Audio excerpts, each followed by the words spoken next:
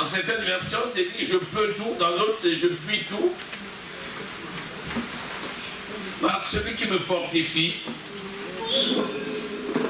Dans 8 secondes, c'est je puis tout par celui qui me fortifie.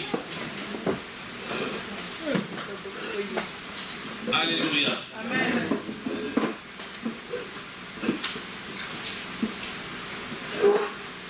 David dit, je puis toutes choses par celui qui me fortifie.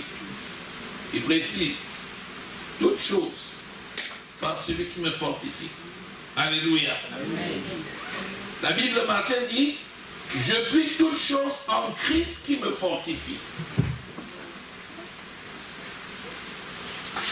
Je puis toutes choses en Christ qui me fortifie. Je peux tout par Christ qui me fortifie.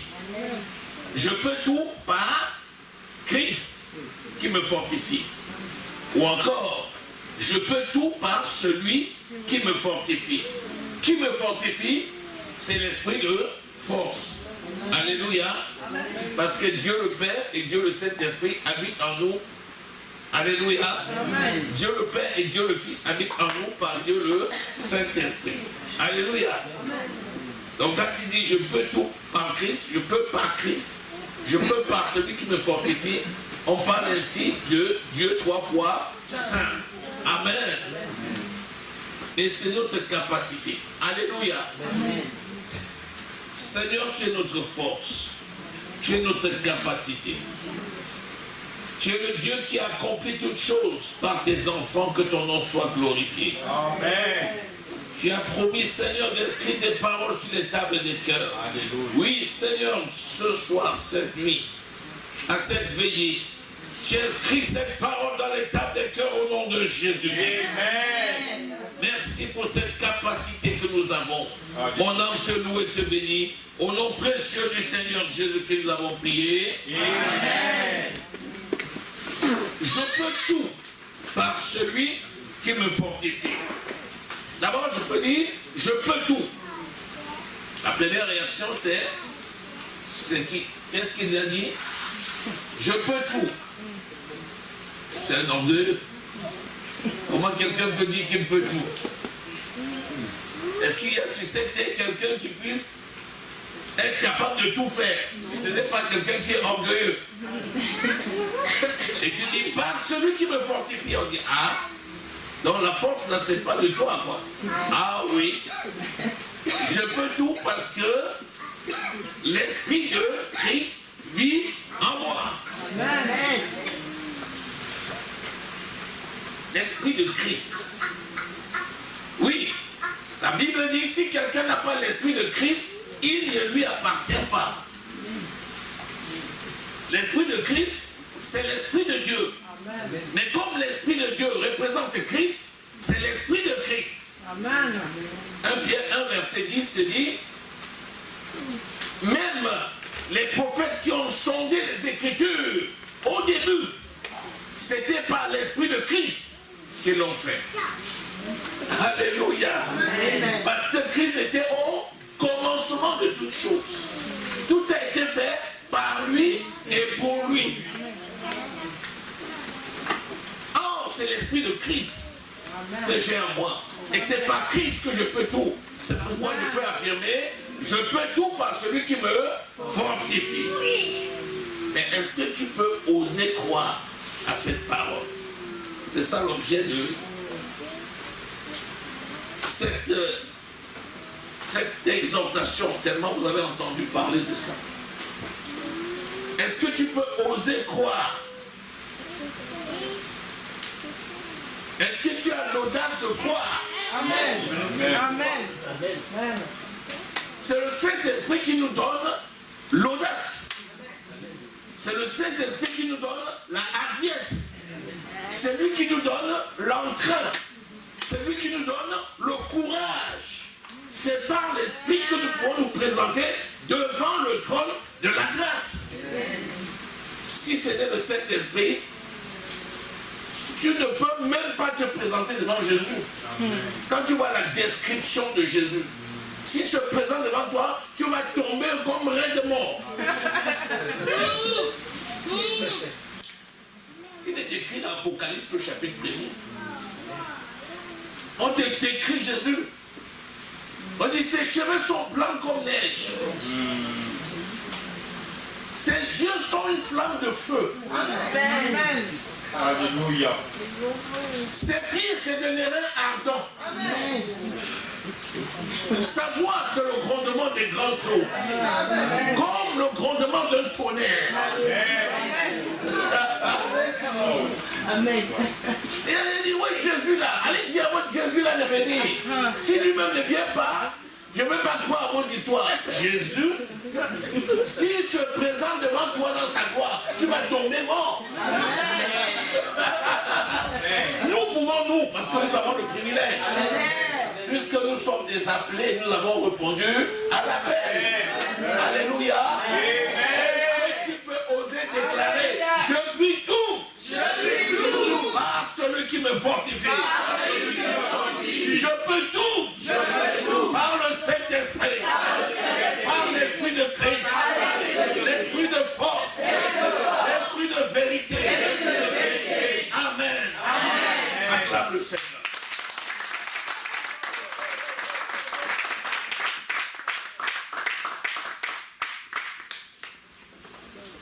Il dit, soyez mes témoins à Jérusalem, acte 1, verset 2. En Samarie, en Judée et jusqu'aux extrémités de la terre. Ta Jérusalem commence dans ton propre cœur. C'est de là que tout commence. Si tu n'es pas convaincu, tu ne peux pas donner à quelqu'un d'autre. Alléluia. Amen. Si tu n'es pas convaincu que tu peux tout par Christ qui te fortifie, comment peux-tu aller dire à quelqu'un d'autre, Jésus est bon, il est capable de te délivrer, il est capable de te donner la vie. Comment tu vas pouvoir dire à quelqu'un d'autre ce que toi-même tu ne crois pas? Ça va être compliqué. C'est à toi que le Seigneur a donné la mission. Alléluia. Amen. Alléluia. Amen. Alléluia. Amen. Il t'a donné une mission. Allez par tout le monde entier et prêcher la bonne nouvelle à toute la création. Alléluia. C'est lui. Et il a dit dans Luc 10, 19, il dit, voici, je vous donne le pouvoir de marcher sur les serpents, sur les scorpions et sur toute la puissance de l'ennemi et rien ne pourra vous nuire. Il parle Jésus. On dit jamais personne n'a parlé comme cet homme. On avait envoyé les gens pour l'attraper. Les pharisiens ont envoyé des gens pour attraper Jésus. Ils sont venus, ils ont trouvé Jésus en train de parler. Ils sont restés comme ça. Ils ont dit, on y va, on n'y va pas, on y va, on n'y va pas. Ils sont retournés voir les chefs des pharisiens. On dit, mais comment? On vous a dit d'aller l'arrêter, non? Ils disent, hey, chef, jamais personne n'a parlé comme cet homme. On lui a dit, êtes-vous donc devenus ses disciples?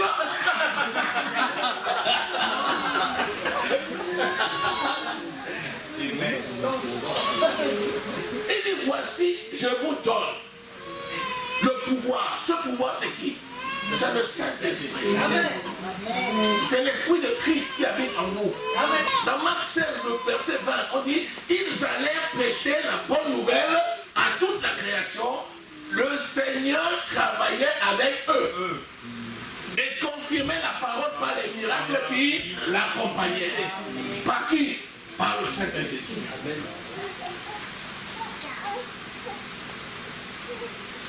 L'apôtre Paul dit, je peux tout par celui qui me fortifie. Amen. Pourquoi? Parce que ma capacité ne vient pas d'un homme. Ma capacité vient de Dieu. Et c'est en lui que j'ai cru. C'est lui qui m'a envoyé et c'est lui qui m'a donné la provision. Cette provision, c'est le Saint-Esprit qui vient en moi. Amen. Je puis tout par celui qui me fortifie. Écoutez bien. Je vous donne le pouvoir de marcher serpents, sur les scorpions et sur toute la puissance de l'ennemi. Et rien ne pourra vous nuire. Amen. Ça veut dire que même s'ils veulent, ils ne peuvent pas. Amen. Aïe, Abachata. Ah. Et qu'est-ce que tu as fait? Est-ce que tu vas essayer d'obtenir la victoire? Non. Non, c'est que tu as côté de la plaque. Et il ne t'a pas dit, vas-y, essayez de marcher sur les serpents, sur les scorpions et sur toute la puissance de l'ennemi, et on verra si... Non. Celui qui a le Fils a la vie. Et la vie que nous avons en Christ, c'est le Saint-Esprit. Amen. Est-ce que quelqu'un se dit ce soir? Yéma. Il nous dit dans Jean 15, disons du verset 4 au verset 7. Alléluia. Amen. Demeurez en moi et je demeurerai en vous. Comme le sarment ne peut de lui-même porter du fruit s'il ne demeure attaché au cep, ainsi vous ne pouvez non plus si vous ne demeurez attaché à moi. Demeurer, verbe d'action. L'impératif, ce n'est pas optionnel. Il nous a mis dans un lieu qui s'appelle Christ. Nous sommes venus à Christ et il nous a mis en Christ. Si quelqu'un est en Christ, il est une nouvelle créature. Les choses anciennes sont passées. Voici maintenant, là, en Christ, dans ce lieu de victoire, de puissance, Amen. rien ne pourra le nuire. Amen.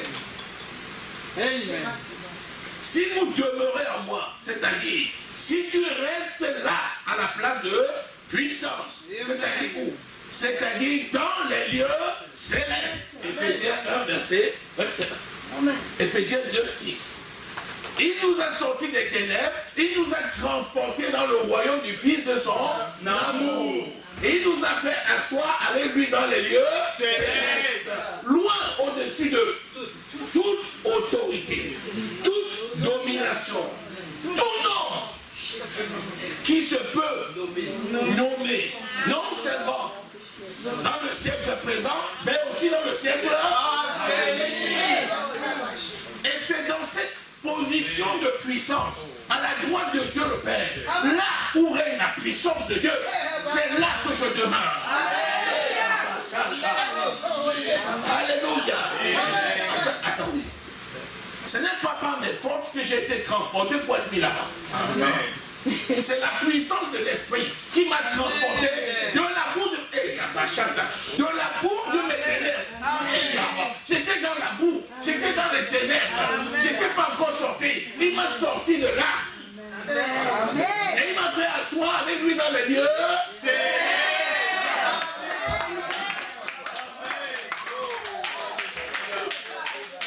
Jusqu'à là, je suis dans le repos. Je n'ai pas encore puisé dans ma chair. Je n'ai pas encore puisé dans mes forces.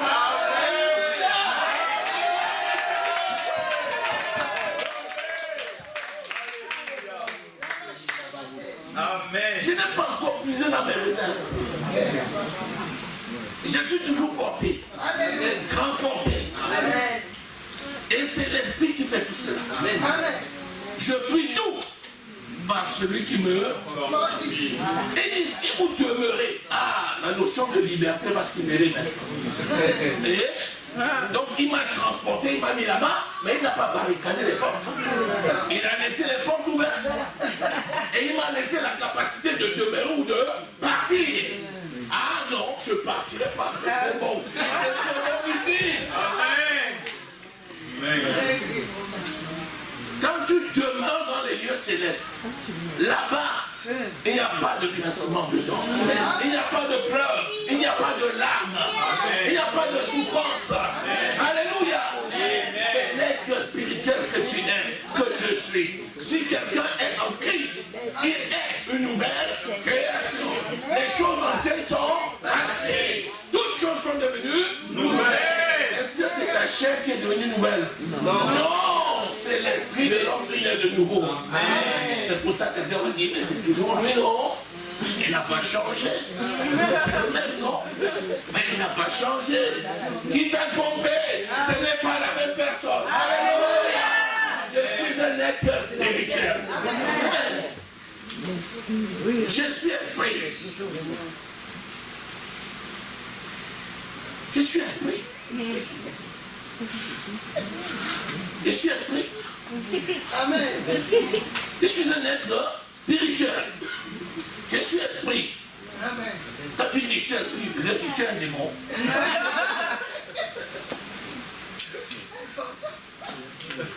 L'esprit, c'est d'abord l'esprit de Dieu, c'est pas l'esprit du malin.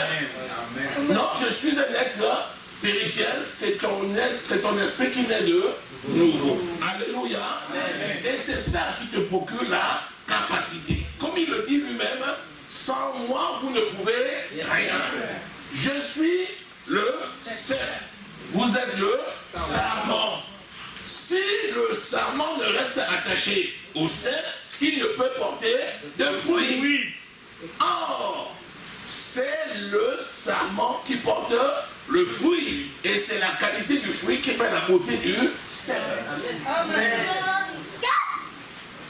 Si tu demeures attaché à la source, à Christ, tu vas porter les fruits dignes de la repentance. Et ta beauté, la beauté de ton fruit, le fruit de l'esprit, va décrire la beauté de Christ.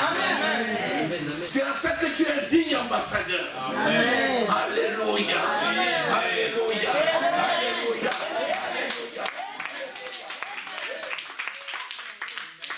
L'ambassadeur dans un pays ne vit pas selon les règles du pays où il est planté. Ambassadeur. Il vit selon les règles du pays qu'il a envoyé. Amen. Nous sommes sur cette terre pour faire connaître la gloire de Dieu. Amen. Et c'est pourquoi notre salaire vient d'en haut. Amen. Et ce salaire qui vient d'en haut, le premier héritage que nous avons eu, c'est quoi? C'est la parole de Dieu. Amen. Qui est révélée par la puissance du Saint-Esprit. C'est ça notre héritage. Et c'est ça que nous faisons connaître. Comme ambassadeurs, nous sommes les premiers qui démontrons la beauté et la splendeur de notre pays. Alléluia. C'est en ça que nous sommes dotés de tout l'équipement nécessaire pour tout réussir. Parce que si un pays envoie un ambassadeur et ne lui donne pas les moyens de réussir, la honte reviendra au pays. Amen. C'est pour ça qu'il lui donne les moyens de réussir. Et c'est pour ça que Dieu nous a équipés. Nous sommes équipés. Éphésiens au chapitre 6, versets 11 à 18. Ce sont les armes du chrétien. C'est notre équipement. Nous sommes équipés. Il ne nous envoie pas en nous abandonnant. Mais quand il nous envoie, il nous équipe. Amen. Et nous sommes équipés de la parole de Dieu. Et de l'onction du Saint-Esprit. Alléluia. C'est par l'onction que nous pouvons tout. Par Christ qui nous fortifie. Alléluia. Amen. Si tu es d'accord avec cette définition, tu comprends qu'il n'y a rien à forcer. Tu comprends qu'il n'y a pas... Il y a des gens qui cherchent tellement... Ils se battent pour avoir la foi. Quand tu te bats pour avoir la foi, ça veut dire que tu es loin de la foi. On ne se bat pas pour avoir la foi, on a la foi. Et est-ce que quelqu'un saisit? Amen. Il nous a donné le repos. C'est que je veux te passer comme message ce soir. C'est que le Seigneur n'attend pas de toi que tu te battes pour donner une certaine dimension à ta foi. Tu n'as pas besoin de te battre. Tu as déjà la capacité. Amen. Il suffit seulement d'adhérer. Ce qu'il veut, c'est ton adhésion. Amen. Parce qu'il nous a laissé le libre arbitre. Tout ce que tu dois faire, c'est adhérer. Est-ce que tu es d'accord avec moi. Oui, je le suis. Alors, va et fais. Amen. Mais ça marche toujours. Amen. Bon, reçois au nom de Jésus. Quand il reçoit au nom de Jésus, une idée te dit, et s'il ne reçoit pas, dis donc, si Dieu le veut. Le si Dieu le veut que tu as mis derrière là, c'est l'incrédulité. Parce que quand tu disais au départ, reçois au nom de Jésus, c'est parce que tu savais que tu avais la capacité à donner. Amen. Mais comme tu as douté, tu commences à dire, si Dieu le veut. En d'autres termes, si ça ne marche pas, demande à Dieu. Est-ce que quelqu'un a saisi? Il y a des nuances. Quand l'enfant vient voir son papa, parce qu'il a besoin, qu'est-ce que le papa fait? Le papa lui donne ce dont il a besoin. Lorsque une brebis va voir le berger lui donne à manger. Amen. Le berger lui donne le travail. Amen. Le berger lui donne la santé. Amen. C'est le travail du berger. Le berger ne va pas l'envoyer ailleurs. Est-ce que quelqu'un saisit? Amen. Si tu viens voir ton pasteur parce que tu n'as pas le travail, le pasteur doit te donner le travail. Amen. Est-ce que quelqu'un saisit? Amen. Le berger donne le lait à la brebis. Amen. Il ne dit pas, oh, je vais t'envoyer voir le voisin. Non. Alléluia. Amen. Et l'affaire là, c'est la responsabilité. Parce que ce que tu reçois, c'est ce que tu donnes. Tu ne peux pas donner ce que tu n'as pas. Alléluia. Je peux tout par celui qui me fortifie. Alléluia. Et cette capacité vient de qui? De Dieu. Amen. 2 Corinthiens. Alléluia. Amen. 3, verset 4 à 5. Cette assurance-là, nous l'avons par Christ auprès de Dieu. Et je dis, mais tu prends ce courage où? D'où te vient cette assurance-là pour affirmer devant les gens que tu peux tout? Quand ça vient de toi-même, de ta chair, ça s'appelle l'orgueil. Et l'orgueil précède la chute. Mais quand ça vient de Dieu, ça s'appelle l'élévation. Amen. Ça s'appelle le succès. Amen. Pourquoi? Parce que Dieu confirme la parole de ses serviteurs et veille sur cette parole pour l'accomplir.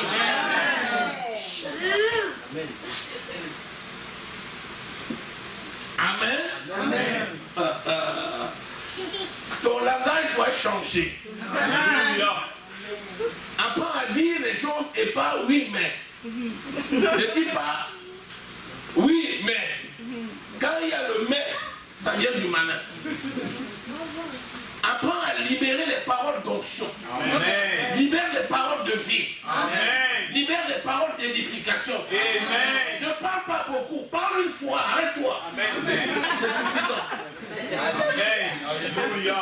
Alléluia. Alléluia. Amen. C'est-à-dire que je voulais te voir parce que je vais préparer un dossier pour aller passer un concours, machin.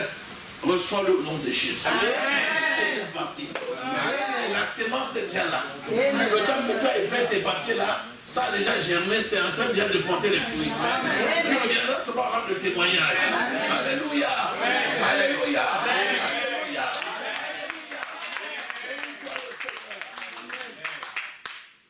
C'est Job 22, verset 28 que je vous dis. Amen.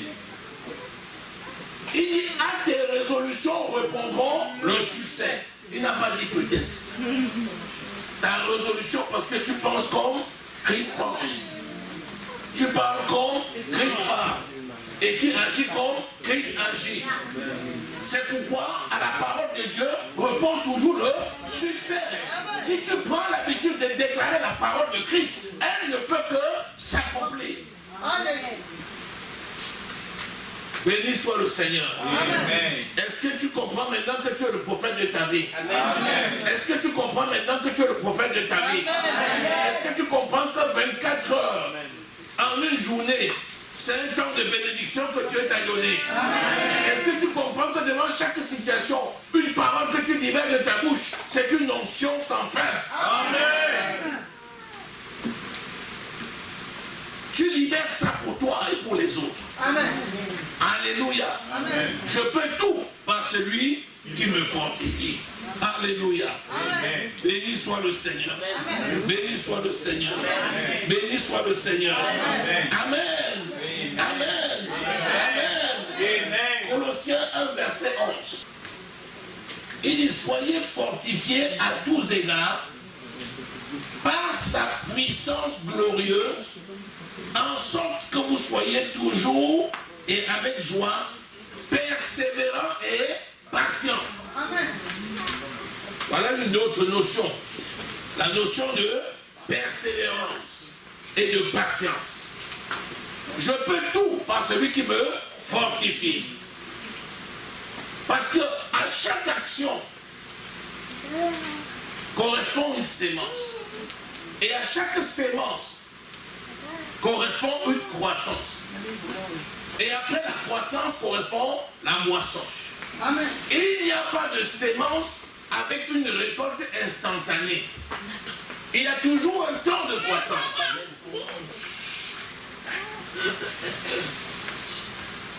C'est la loi de la sémence et de la moisson.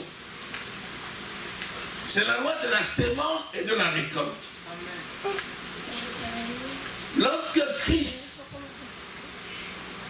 est mort à la croix, il a été mis au tombeau.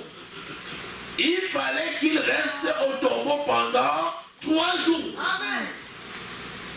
Parce que pendant ces 3 jours, il avait une mission importante. Son esprit est allé prêcher aux esprits qui autrefois étaient rebelles au temps de Noé et qui étaient prisonniers. Et lorsque Christ est mort, le voile du temple fondu du haut jusqu'en bas, ouvrant la voie à la voie sainte, il fallait que ceux qui autrefois étaient rebelles écoutent l'évangile de Christ pour avoir eux aussi accès libre au sanctuaire. Amen. Christ, c'est la sémence mise en terre. Amen. Toute chose que tu puisses libérer, c'est une sémence que tu mets en terre. Amen. Il faut d'abord qu'elle meure, qu'elle germe, qu'elle croisse, qu'elle produise et qu'elle multiplie. Dis Amen. Ce temps-là, c'est le temps de la persévérance et de la patience. Amen. Pourquoi persévérance?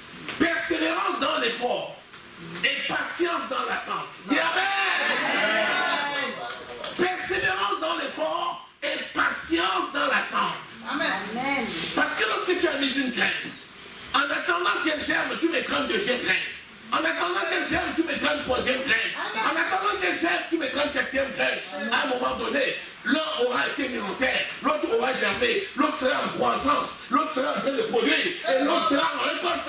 Et tu seras en train de renouveler en permanence. Le temps de latence que tu as mis pour la persévérance et la croissance, c'est un temps qui va se raccourcir au fil du temps. Lorsque tu seras dans un plein roulement, tu ne connaîtras plus le temps de latence.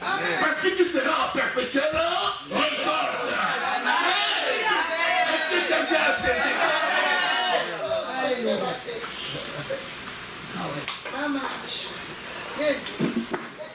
On dit cela ne fut pas toujours ainsi.